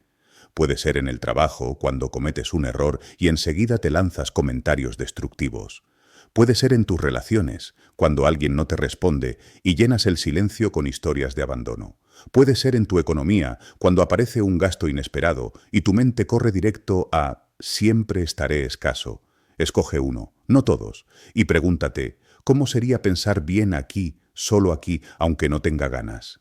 Pensar bien no es negar lo que pasa, es elegir interpretaciones que no te quiten toda la fuerza. Por ejemplo, en vez de «soy una inútil», otra vez cometí el mismo error, podría ser «me equivoqué, me molesta, pero estoy aprendiendo a hacerlo mejor».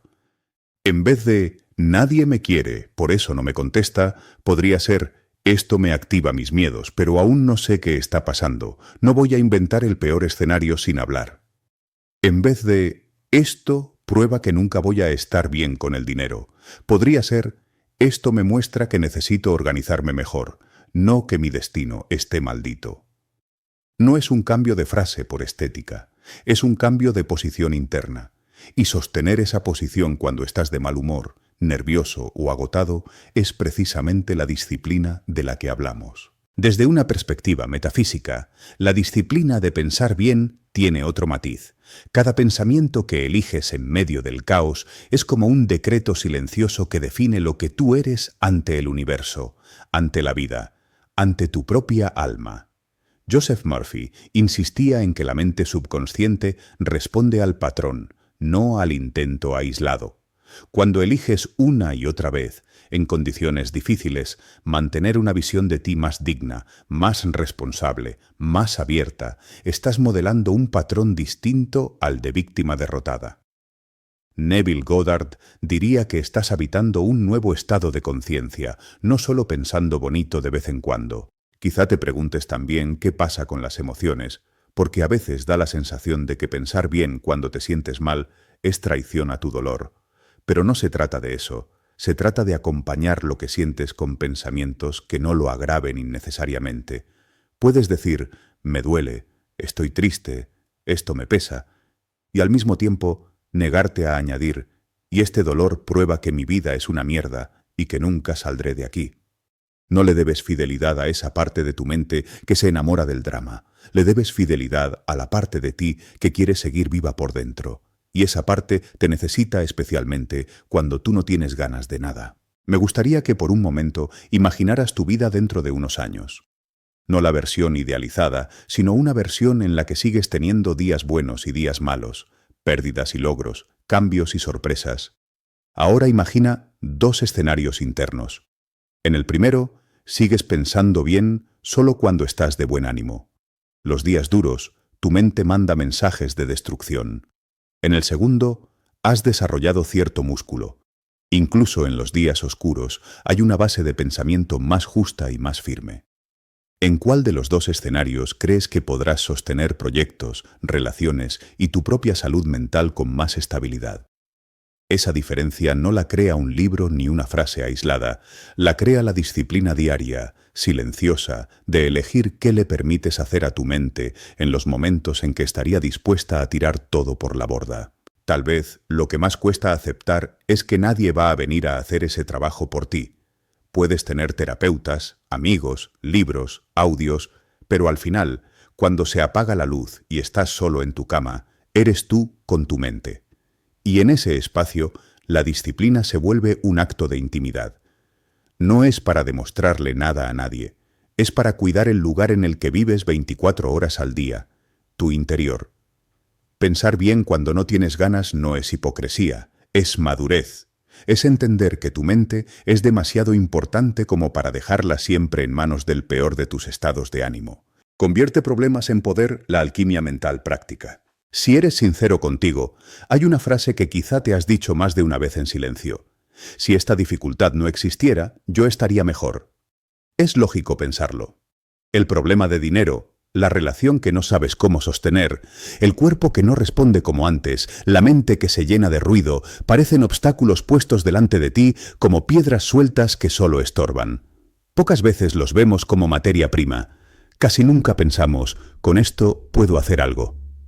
Sin embargo, si miras atrás, con calma, seguramente hay momentos de tu vida que hoy reconoces como puntos de inflexión, y muchos de esos momentos empezaron con algo que no pediste, un fracaso, una pérdida, una decepción, un límite inesperado. La alquimia mental de la que te quiero hablar no es una metáfora bonita, es un modo distinto de relacionarte con lo que te duele. Dejar de tratarlo solo como un enemigo y empezar a verlo también como material para construir algo en ti que antes no existía. No es romantizar el sufrimiento. Es no desperdiciarlo. Hay problemas que simplemente hay que resolver. Lo más rápido y lo mejor que se pueda, lo sabemos. Una factura que pagar, un documento que entregar, una reparación pendiente.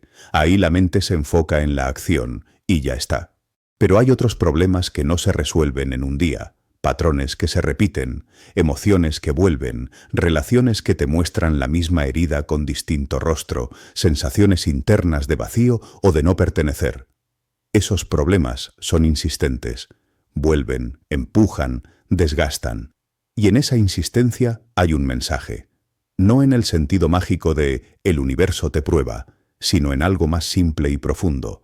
Hay partes de ti que todavía no se han desarrollado porque nunca fueron necesarias hasta que apareció ese conflicto.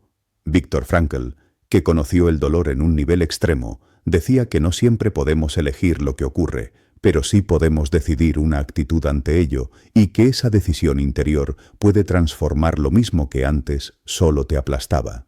Esa es la base de la alquimia. La realidad externa es la misma, pero tu posición interna cambia, y desde ahí, lo que antes era solo peso puede convertirse en fuerza. Piensa, por un momento, en cómo sueles reaccionar ante tus problemas más recurrentes. No los pequeños, los profundos, la sensación de no ser suficiente, el miedo al abandono, la dificultad para poner límites, la lucha constante con el dinero, la voz interna que te sabotea. ¿Qué haces con eso cuando aparece? Lo tapas y sigues. Lo usas para castigarte más. ¿Lo conviertes en una historia donde siempre eres víctima? ¿O te das, al menos a veces, el permiso de preguntarte ¿qué quiere mostrarme esto de mí que todavía no sé manejar? Esa pregunta marca una diferencia. El problema deja de ser solo algo que te pasa y empieza a ser un espejo incómodo pero útil. Te cuento la historia de una persona que vivía con un problema que parecía no terminar nunca. Siempre llegaba justo a fin de mes, y no solo en términos de dinero, también de energía y de paz mental. Era como si todos los ciclos se cerraran apretados.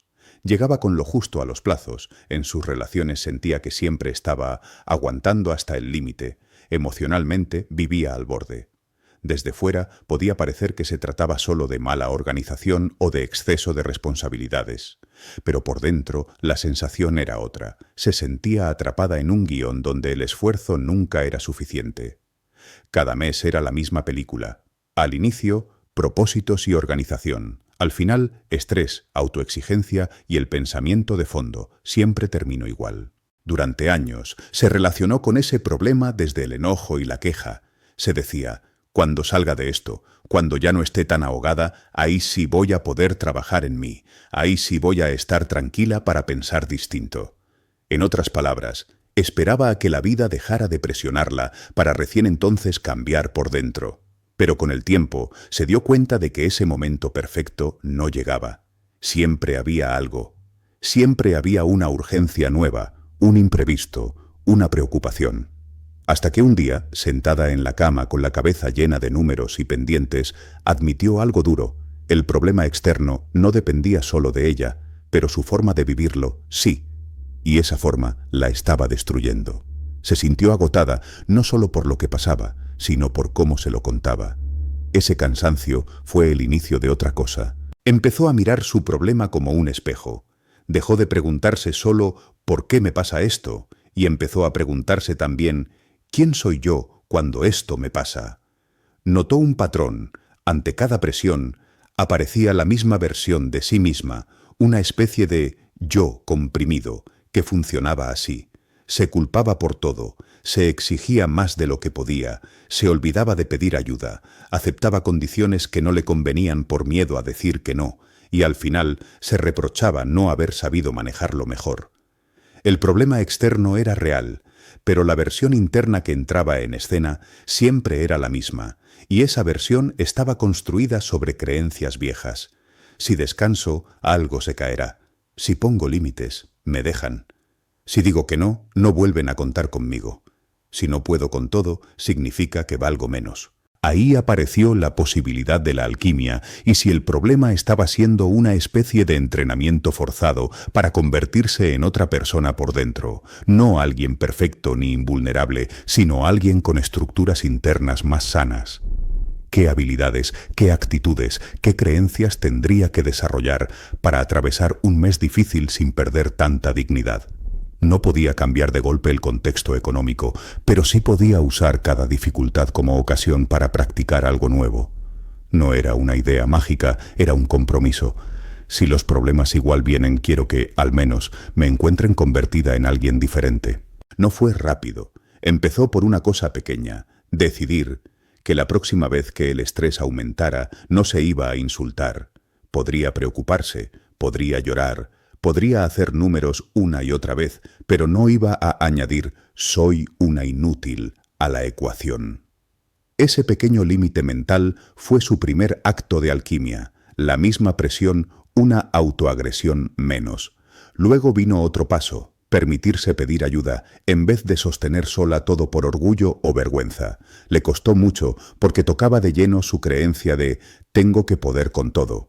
La primera vez que pidió apoyo económico a un familiar se sintió fracasada, pero eligió mirarlo desde otro lugar. Esto que tanto me incomoda está enseñándome a recibir, a aceptar que no controlo todo, a no medir mi valor solo por mi autosuficiencia.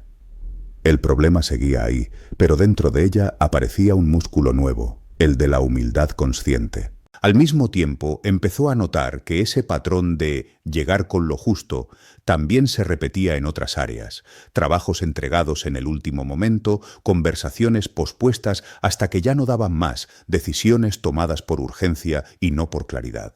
Y se hizo una pregunta que dolió, pero abrió una puerta.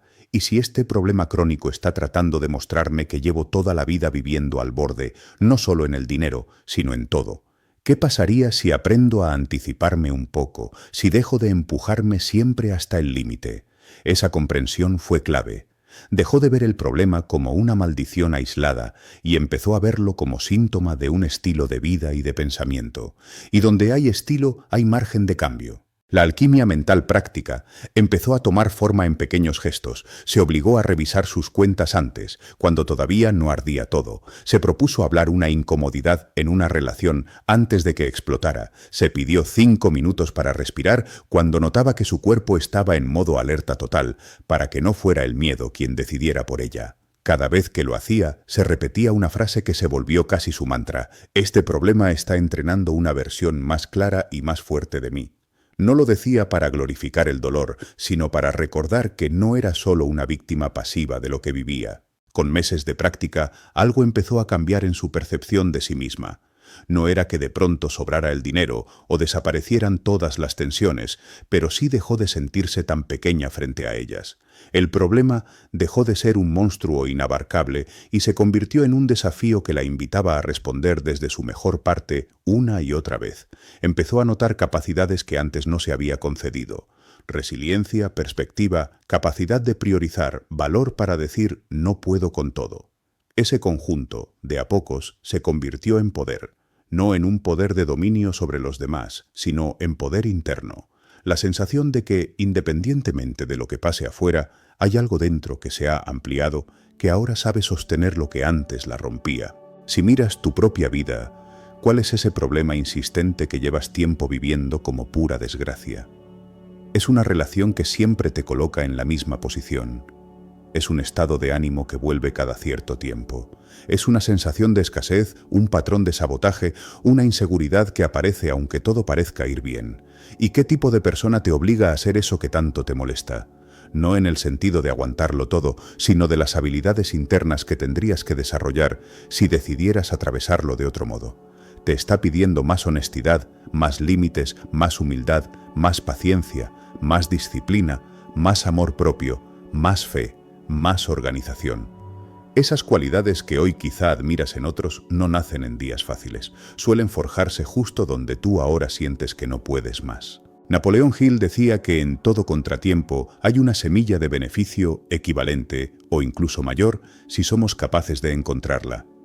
No significa que todo lo que te pasa sea bueno, ni que tengas que agradecer cada golpe. Significa que, incluso en lo que nunca habrías elegido, pueden hacer algo valioso si decides no quedarte solo en el «¿por qué a mí?» y empiezas a preguntarte «¿qué puedo hacer yo con esto por dentro y desde ahí por fuera?». Esa es la alquimia, tomar una situación que aparentemente solo quita y convertirla en un escenario donde tú mismo te sorprendes por quién eres capaz de ser. Esto no se logra viviendo en negación. No es decir no pasa nada cuando sí pasa. Es, reconociendo plenamente lo difícil, dejar de contar siempre la misma historia alrededor del problema. Cuando te ocurre algo duro, tu mente tiende a darle un significado. Esto prueba que no valgo. Esto confirma que siempre me dejan. Esto significa que el mundo es injusto y no vale la pena intentar nada. Esa interpretación es la que te deja sin fuerza. La alquimia mental consiste en sostener otros significados, igual de lúcidos, pero menos destructivos. Esto muestra que hay algo en mí que necesita ser atendido. Esto me recuerda que tengo que dejar de elegir siempre desde la carencia. Esto me duele, pero no define todo lo que soy. Tal vez parezca poco cambiar una frase, pero por ahí empieza a transformarse la relación con lo que te pasa. Pregúntate con honestidad, ¿qué problema de tu vida te ha vuelto más sabio, menos ingenuo, pero también más humano? ¿Hubieras desarrollado esa profundidad sin ese desorden, sin esa caída, sin esa pérdida, sin ese límite? No se trata de justificar lo que dolió, pero sí de reconocer que ahí se abrió un espacio para que apareciera una parte de ti que no conocías. Quizá aprendiste a valorar lo que antes dabas por hecho. Quizá dejaste de aguantar cosas que te lastimaban. Quizá entendiste que no puedes seguir diciéndote las mismas mentiras. Quizá te abriste a pedir ayuda por primera vez. Esa es la transformación silenciosa que los problemas traen como posibilidad si tú te dispones a mirar más allá del enojo inicial. tu nuevo estándar mental, cómo mantenerte fuerte sin recaer. Hay un momento en todo proceso de cambio que casi nadie cuenta con sinceridad. Ese instante en el que sientes que por fin estás mejor, que tu mente está más clara, que te hablas distinto, que reaccionas con más calma. Y de repente algo pasa, te desbordas, piensas como antes, dices lo que juraste no volver a decir, cometes el mismo error y la sensación que aparece es brutal. Recaí, nada de lo que he hecho sirvió. Lo que más duele no es solo el problema en sí, es la idea de que tu avance era una ilusión, como si volvieras al punto cero. Te miras con decepción, casi con vergüenza, y una parte de ti susurra: «Ves, al final sigues siendo el mismo de siempre». Esa voz es peligrosa, porque si le crees, puedes tirar por la borda meses o años de trabajo interno por un mal día, una mala semana o una mala racha. Por eso es tan importante hablar de algo que rara vez se nombra: tu nuevo estándar mental. No como una pose, sino como una medida silenciosa que determina hasta dónde te permites caer y desde dónde decides volver a levantarte. Un estándar no es una emoción, no es un estado de ánimo, no es un día perfecto. Es el mínimo que ya no estás dispuesto a cruzar contigo mismo. Antes, quizá, tu estándar mental era hablarte con crueldad cada vez que fallabas, tolerar relaciones que te apagaban, dejar que cualquier comentario externo destruyera tu paz, rendirte al primer obstáculo. No porque fueras débil, sino porque no conocías otra cosa.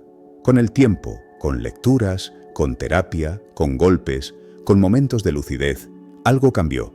Aprendiste a cuestionar tus pensamientos, a sostener interpretaciones menos destructivas, a elegir palabras nuevas hacia ti. Y eso no es algo que desaparece porque tengas un día oscuro. La mente antigua puede aparecer, sí, puede levantar la voz, pero eso no borra lo que ya has visto sobre ti. Querer mantenerte fuerte sin recaer no significa no volver a sentir miedo, tristeza, ansiedad o duda. Significa no volver a traicionarte de la misma manera en que lo hacías antes. La realidad es que no existe un proceso de crecimiento sin curvas. La línea recta que imaginas en tu cabeza, cada día mejor, cada vez más fuerte, nunca más pensamientos oscuros, no es realista. Ni en psicología, ni en espiritualidad, ni en la vida cotidiana. Viktor Frankl lo sabía cuando hablaba de la capacidad humana de encontrar sentido incluso en el sufrimiento, pero no porque el sufrimiento desaparezca, sino porque tu postura ante él cambia. Joe Dispenza insiste mucho en que tu antiguo yo no se rinde fácilmente. Cada vez que intentas sostener un nuevo estado mental y emocional, las memorias del cuerpo y de la mente se resisten, quieren volver a lo conocido. Brian Tracy recuerda que el éxito se construye con hábitos, no con momentos brillantes aislados. Todo eso se resume en algo sencillo. Tu nuevo estándar no se demuestra cuando estás bien, se demuestra en cómo te recoges cuando te sientes mal. Quiero contarte la historia de alguien que vivió este choque de forma muy clara. Durante años esta persona vivió atrapada en un diálogo interno durísimo. Cada error se convertía en identidad. No era «me equivoqué», era «soy un fracaso». Cada rechazo se convertía en ley. No era «esta persona no está disponible», era «nadie se queda». Cada problema económico se volvía condena. No era «esto es un reto», era «estoy destinado a la escasez». Un día, por cansancio y por necesidad, empezó a trabajar en sí. Leyó, buscó ayuda, empezó a escribir lo que pensaba, practicó nuevas frases, hizo pequeñas acciones distintas. Con el tiempo, lo que sentía por dentro realmente cambió. Se notaba en cosas simples, se insultaba menos, pedía cosas con más claridad, se permitía descansar sin tanta culpa, pensaba 2 veces antes de dramatizar. No era perfecto, pero se sentía otra persona, o al menos una versión más amorosa y valiente de sí misma. Hasta que, como pasa en la vida real, llegó una temporada dura. Se juntaron varias cosas: una preocupación económica, una tensión familiar, un desafío en el trabajo. El cuerpo se cansó, la mente se saturó, y un día, después de una discusión, esa persona se escuchó diciendo palabras que creía superadas. «Yo no sirvo para nada, siempre es lo mismo, No debería esperar nada bueno. Lloró con la misma intensidad que antes, se encerró como antes, se aisló como antes. Por dentro, la sensación fue devastadora. Recaí, todo el proceso que creí haber hecho fue mentira, sigo siendo la misma de siempre. Ese pensamiento dolió más que la propia situación.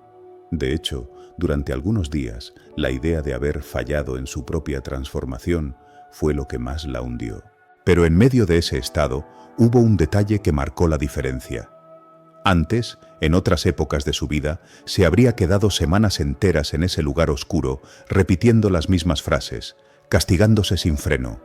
Esta vez, después de unos días, apareció algo nuevo, una especie de observador interno que no existía antes. Una voz pequeña, pero clara, que dijo: «Es verdad que estás pensando como antes, pero no eres la misma que antes. Hoy sabes cosas de ti que antes no sabías. Hoy tienes recursos que antes no tenías». Esa luz tan tenue fue suficiente para hacer una pausa. En lugar de concluir, todo fue en vano. Se hizo otra pregunta. ¿De verdad estoy en el punto cero? ¿O es que simplemente estoy atravesando una bajada dentro de un camino más largo? Esa pregunta le permitió mirar con más matices. Se dio cuenta de que, incluso en esa recaída, había cosas distintas. Ahora podía nombrar lo que sentía, sabía identificar sus pensamientos automáticos, alcanzaba a reconocer que parte de su reacción era vieja, aprendida, no una verdad absoluta. Incluso en medio del dolor, podía mandar un mensaje pidiendo ayuda, cosa que antes no hacía. Antes se quedaba sola con todo. Ahora, aunque con vergüenza, se atrevía a decir «no estoy bien». Y aunque la crítica interna seguía, ya no tenía el mismo poder que años atrás. Fue ahí cuando entendió algo esencial. Su nuevo estándar mental no significaba «nunca más voy a desbordarme». Significaba «ya no voy a permitirme abandonarme a mí misma como antes». Ese fue el cambio invisible que empezó a sostenerla. En vez de usar la palabra recaída como sentencia, empezó a verla como un síntoma. Algo me está exigiendo más de lo que vengo sosteniendo. Necesito ajustar mi cuidado interno. No se trataba de negar lo que había pasado, sino de cuidar lo que pasaba después. Una de las decisiones concretas que tomó fue esta. La próxima vez que se escuchara diciéndose «siempre lo arruinas», en lugar de seguir la cadena de insultos, se detendría y añadiría una frase no negociable: «Estoy en un mal momento, pero ya no voy a repetir toda la historia de destruirme, no voy a ir tan abajo como antes». Esa frase se volvió su línea, su mínimo, su estándar. Tal vez tú también has vivido algo parecido, un tiempo en el que sientes que estás mejor, y de pronto reaccionas como antes, y sientes que todo se desmorona. La mente tiene una trampa muy sutil. Te hace sentir que un mal episodio borra todo lo avanzado, igual que una mancha en una hoja en blanco parece ocuparlo todo. Pero si miras tu vida con más honestidad, ¿es justo concluir que volvimos a cero cada vez que mostramos un comportamiento viejo? ¿No es más preciso decir que un patrón antiguo se activó, pero que tú ahora dispones de una conciencia que antes no estaba? La diferencia entre recaer y regresar a ser el de antes está justo ahí, en si usas ese momento para confirmarte que no has cambiado nada o para consolidar el cambio. Cuando hablo de nuevo estándar mental, hablo de cosas muy concretas que puedes observar. Por ejemplo, antes tal vez tu estándar era tragarte todo lo que sentías, y ahora tu estándar es no terminar el día sin haber reconocido, aunque sea para ti mismo, qué te pasó por dentro. Antes tu estándar era permitir que cualquier persona te hablara de cualquier manera con tal de no perderla, y ahora tu estándar es no tolerar ciertos tonos, aunque te dé miedo poner límites. Antes tu estándar era dejar que tu mente pensara lo peor de ti sin cuestionarlo, y ahora tu estándar es no creerle del todo a tu pensamiento más cruel, aunque suene convincente. No significa que siempre lo consigas, significa que ya no te parece normal lo que antes dabas por hecho. Pregúntate, ¿qué cosas ya no estás dispuesto a permitirte mentalmente, aunque caigas de vez en cuando? ¿Qué es lo que, si lo hicieras hoy, sentirías que estás faltándote el respeto? ¿Te permitirías aún hablarte como te hablaban quienes más te dañaron? ¿Te permitirías hoy aguantarte lo mismo que aguantabas hace unos años? ¿Te permitirías ignorar por completo tus emociones como si no importaras? Si la respuesta es no, incluso aunque a veces te sorprendas haciéndolo, eso ya revela un nuevo estándar interno. Una parte de ti ya vio otra manera de ser y esa visión no desaparece. Puedes olvidarla unos días, puedes alejarte, puedes enredarte, pero no puedes desver lo que ya viste sobre ti. Desde la psicología, podríamos decir que has construido nuevas redes de significado. Ya no conceptualizas tu vida de la misma manera. Desde una mirada más metafísica, podríamos decir que has cambiado tu estado de conciencia. Ya no te identificas al 100% con la víctima de antes, aunque a veces vuelvas a sentirte como ella. Neville Goddard insistía en que el verdadero cambio es asumir un nuevo estado, no una nueva escena puntual. Tu nuevo estándar mental es ese estado que decides habitar como base, incluso si algunos días lo sientes más lejos. Hay algo más que necesitas escuchar con honestidad. Vas a tener momentos de cansancio y en esos momentos vas a querer dejar de cuidar lo que piensas. Vas a sentir que da igual, que ya no puedes más, que quizá no eres para esto. Es humano. La cuestión es qué haces justo ahí.